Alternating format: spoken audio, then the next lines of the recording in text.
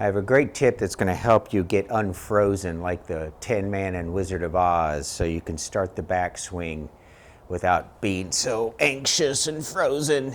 There's a reason we're all frozen and anxious over this swing, is because our brains know that we're going to run into trouble here. We know that, so then you got to really get fast and force it or whatever to overcome those. It's because you're not turning properly. Here's what I discovered this a few years ago and sort of abandoned it, and then I saw someone talk about it again. And so when you turn back and forth, here's this vertical line. Your hips actually go this way, crossing the line, and this way. The greats like Jack Nicklaus do and don't realize it is they kind of start the backswing actually by tilting their hips. So remember, there's this center line, and the pelvis rocks back and forth across that center line. Visualize the pelvis in the backswing goes this way and then this way. Okay, they're turning too, okay? The hips are turning. But when they turn, they're actually, you're feeling as if you're shifting that pelvis to the right and you're shifting that pelvis to the left. So I've talked about that in the downswing because it's absolutely essential you get a turn in the downswing, but it's also important in the backswing. So in the backswing, don't think about lifting the club with the hands. The hands are just, you could put tape around your hands. Imagine these are just dead. Here, I'm going to lift my hands off the club here. All you're going to think about is swaying the hips to the right as you turn the shoulders. Okay, watch. Sway the hips to the right as you turn the shoulders.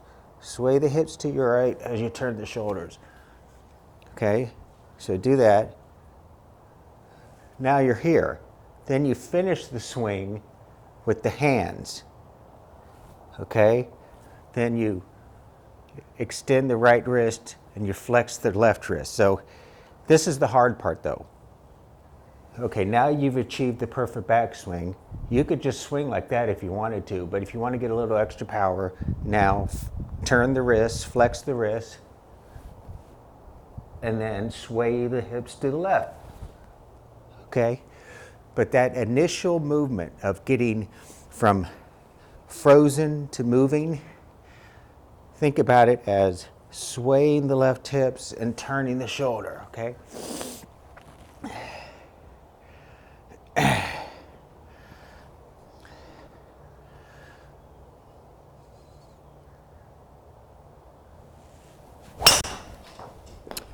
Like that.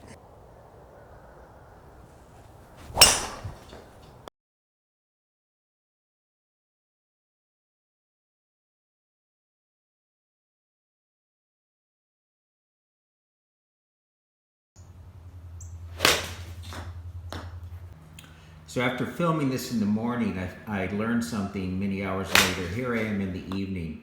If you visualize swaying about to your 5 or 6 o'clock or about 45 degrees to your rear right, because that's anatomically what's really happening. Your right hip joint is not going directly to your right, it's going backwards and upwards. And then vice versa, when you think about the downswing, think about the left hip going in that direction left of the target. So that really kicked in, and you see these swings that are even better.